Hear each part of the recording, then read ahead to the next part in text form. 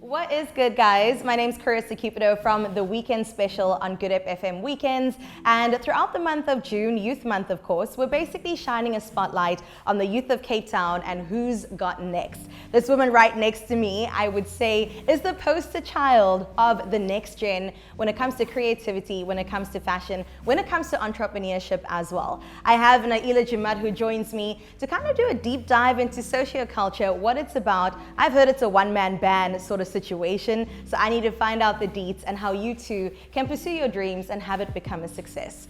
Naeelah, welcome. Thank you for having me. So let's just start right at the beginning, right? I know that you grew up in a household with two older siblings who are sisters as well. So I'm so curious to find out what sort of fun times happen in the Jumat household. Was your mama strict, or was it just kind of free reign for everybody? Give me an insight as to what it was like. I mean, it was definitely not free reign for anybody. No? And also growing up with sisters. Yeah. Or just like being around girls in general, we know how it goes. Okay, fair. Also, it's not different when it's your sister? Not at all. It's probably worse. Not at all. we all want to be the coolest. Yes. Also, there's a 16-year age difference. Okay, so the lamaki of the family. Yes.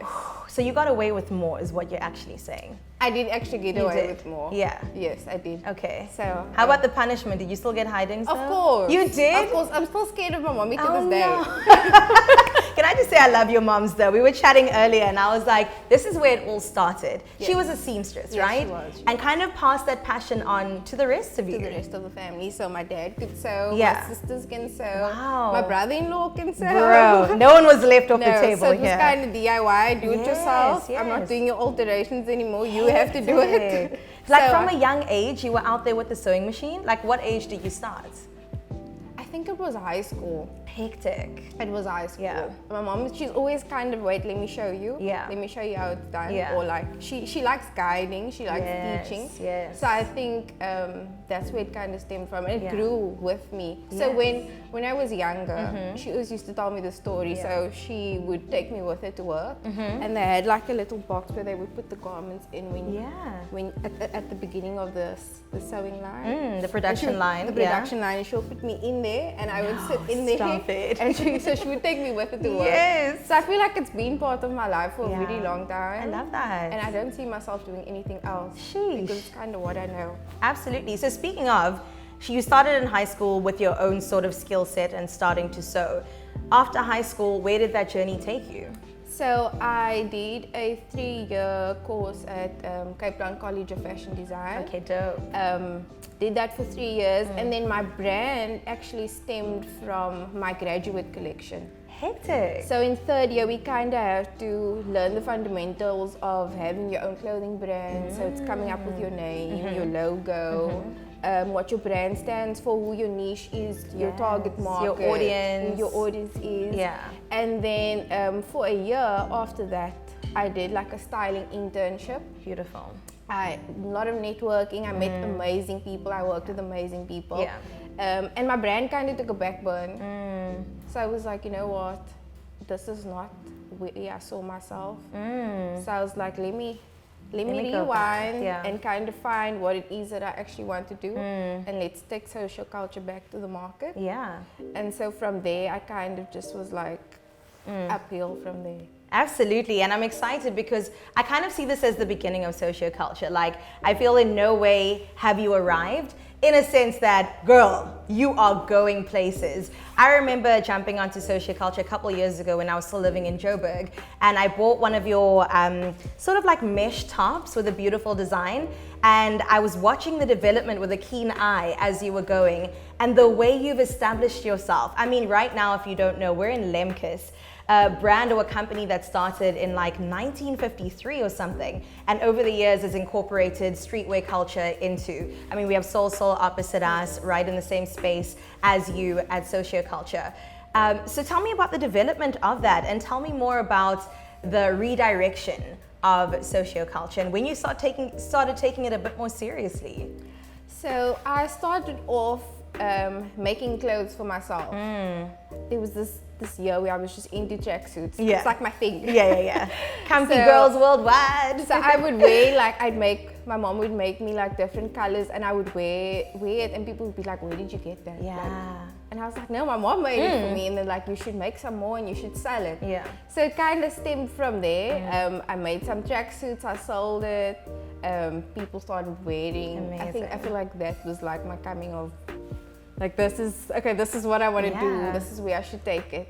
And then also just like, when I did my styling internship, the person I was working with, she kind of also, to a sense, pushed me to be like, listen, you should get this person in your brand, you should get this person wearing your brand. Yeah. So I was that kind of made me more excited to branch out and be like, okay, no, let's take social culture to as far as we can. Absolutely. So that's what brought me here. Yeah. And then 3 years ago, Lemkus started Stockroom, and they reached out to me. Carissa Cupido. Amazing. He reached out to me, and he Shout was out like, to Dust, man. he was like, "Yo, do you want to be a part of the Stockroom?" Yeah. It's a lot of local brands coming together, you know, in one space, and like showcasing your work, selling your work. Dope.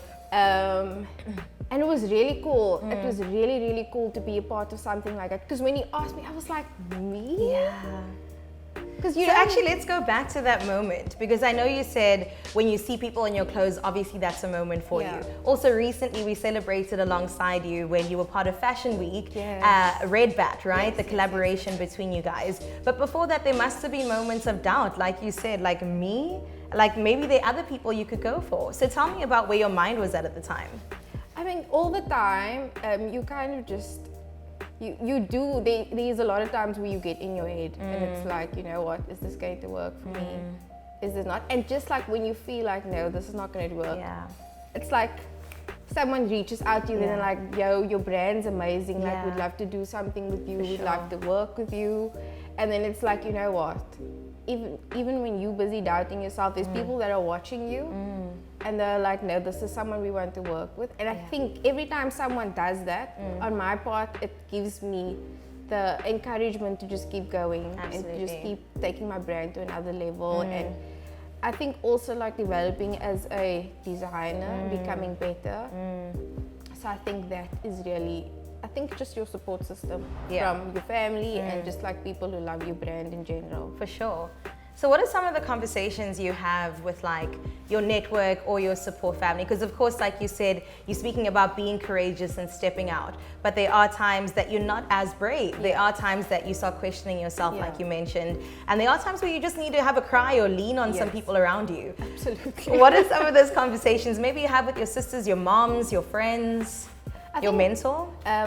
My mom, she's definitely my mentor. She's always there when, like, you can ask her, like, there's a lot of times where I want to give up and she's like, just be patient with yourself. Like, when it's your time, it's your time. So I feel like it's having a lot of patience with yourself. It's okay to cry and be like, look, this is not going to work for me. But then also, it's also good to have that person that's in your ear that's like, give it time, take time and develop what you want to develop.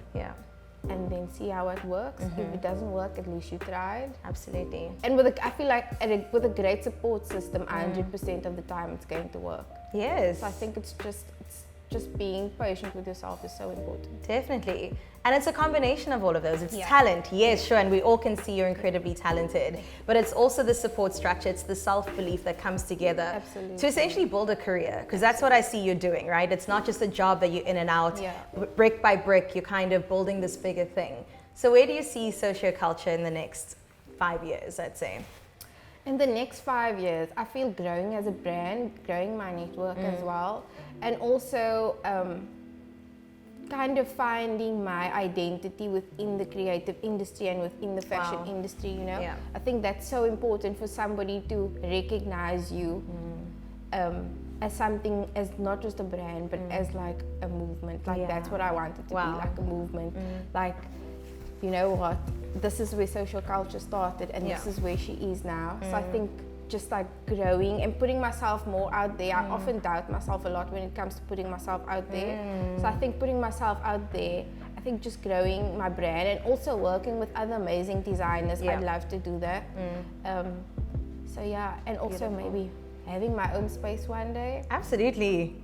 So that's gonna happen, you know that for sure. And also maybe just becoming a better designer. Yeah. I feel like we can always improve. There's a lot of trial and error, but I think that is how you grow as a designer, because it's like, okay, that didn't work out for me, so maybe I should try this. Pivot this way, right? Yes. And I love that. I'm hearing that you've got such a great growth mindset, which I think is so important, because if we're being honest, the failures most of the time outweigh, or let me say the learnings. The learnings outweigh the victories that people see. Absolutely. And they'll be there to celebrate, but it's actually the process that counts, that gets you to become the best that you are in the game, right? Yes, and also if you don't trust the process, oh girl, your mind will will tell you otherwise. Yes. Yeah, that's for sure. Do you have any ways that you encourage yourself? Maybe you can call it self-love, or just part of your business toolkit to make sure that you keep on going. So is it music? Is it a hobby that you do? Is it journaling? Is it talking to somebody? What sort of things help you to kind of keep you on the right path? So I love watching a lot of documentaries of like well-established brands, especially brands from the 90s. Like Carl Kanai and Sean John and Cross Color. Yeah. And those are kind of brands that when I started my brand, I watched. I love 90s fashion. Yeah. I love oversized silhouettes. Yes. I love everything like 90s hip hop, everything. Yes. So I think I love watching a lot of those documentaries because it shows me the trial and error that they went through, how they started, and the time it took for them to get where they are today. So it kind of helps me not put so much pressure on myself and trust the process to eventually get where I want to be. So I think I love watching a lot of documentaries. Pinterest, I love on Pinterest, try and find inspiration from that. Yeah, I think that's... Wait, for those of you who don't know what Pinterest is, you got to get on board, man. Pinterest. You're pinning your interests. That's essentially what it means. The holy grail of everything. You create online boards of things that you like mood boards essentially, to help you stay focused also as to this is where I want to go next, right? Well, I actually want to touch on going back a little bit. So you are in your 20s at the moment, and I'm sure the high school version of you would look at you with so much awe right now. So if you could tell younger Naeelah anything, who's on this mission, this path to be somebody, what would you tell her? So it's funny that you asked me this, because when I was in high school, there was a day where we had a kind of talk about what everybody wanted to become, and I was the only one in my class that wanted to become a fashion designer. Hectic. Wait, what were the other kids saying? Like a lawyer, an attorney, you know, the 100%. The stable jobs of the world. Stable jobs. Yeah. And I remember my teacher telling me, how are you going to become a fashion designer? Wow. What are you going to get out of it? Sure. Like, are you sure you're going to make it? Are you sure you're going to be able to sustain yourself? Wow. And that kind of put me off. Okay. And for a while I was like, okay, maybe I should go into beauty. And so if I could tell my younger self, it's don't listen to the naysayers. Sure. Follow your dreams as far as you can, because if it works for you, it works, and it's amazing. And if it doesn't, at least you tried. Yeah. You know what I mean? You can always start from the beginning. So I'd say just keep following your dreams, because look where you are now. Dude, look where you are now, Naeelah. That is beautiful. I would love to give the youth of Cape Town and beyond some practical ways, perhaps, that they could also pursue their dreams. Because I think often we do say that, go for your dreams, shoot for the stars, do it, you know. But how do I actually make this vision come to life? If somebody's sitting there right now in a position where they want to become a fashion designer or get into the fashion world, what would you say the next steps would be for them to do? I'd say discover who your target audience is, also what you like and what kind of designer you want to be, because there's different kind of designers, and people have different design aesthetics. So I think first it's important to see who you are as a person and what you like when it comes to being creative, and then find your niche with people who love the same things that love you, that you love. Sorry, we do love you though. Thank you. So, and then it's also do a lot of research, because it's something I wish I did, because in the beginning there was a lot of trial and error. So I think do a lot of research, find out ways you can get funding so that you can start your business, do a business plan, also get a lot of help from people that are in the industry. I think I wish that was something that I did. So get help from people that are in the industry, ask a lot of questions. And I also think just come up with something that feels like you. Because a lot of times I feel like people will steer you in the way of what your brand or what your personality should be. And that can also be a bit discouraging, because I know I've experienced it. So I think it's very important to just stay true to yourself, and at the end of the day, do what you want to do and what you would want to achieve for yourself. Do you, baby. That's really it. All day, every day. Tell me a little bit about how the online space has helped you promote and sell Socioculture for what it is. I think the online space is very important when you're trying to promote yourself, because the internet can take something and blow it up. Absolutely. Completely. So I think it was also in college we were asked to start an online, kind of create an online fan base and an online personality. So I think it's very important to have an Instagram, TikTok, like get your brand on every single social media platform, because that is definitely how you can blow your brand up and make people more aware of it. Because today everyone's on social media, everyone's on Instagram, everyone's on TikTok. It's such a great way to market yourself. Yes, absolutely. And they know gatekeepers, so it's like you can just take your brand and make it how you want to make it. Like you said, authenticity is really key. Absolutely. And people can pick out BS like this. So run with what you want, what you have, right? Yes, absolutely. Okay, some final words from Ms. Naeelah Jumat is what we want to hear.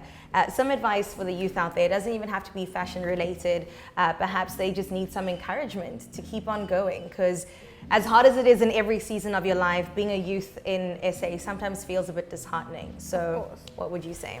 I'd say if you want to do something, definitely do it. Don't let anybody stop you from doing it. I feel like the youth in South Africa specifically, they're so free with how they express themselves, so that no one can tell them anything. So I think if you want to do something, definitely do it. Like I've said before, if it doesn't work, it doesn't work, but at least you tried. Absolutely. So I think for me, it was very important for me to just listen to myself, keep on the straight and narrow, and just do what felt right for me. Man. Well, I can say for one, we are so proud of you. Your mom is standing over there beaming with so much pride. And I can't wait to see what's next for yourself as well as for your brand. Thank you so much for joining me today. Thank you for having me. That was today's episode of Future Cape Town. Thank you so much for joining us. If people want to follow you on socials, where can they? So on Instagram, it's Socioculture. Facebook, it's Socioculture as well. TikTok coming soon, so it will also be Socioculture. I want to see you doing your moves, you know what I'm saying? And if you want to look as cool as us, please make sure you stay on the journey. Bye.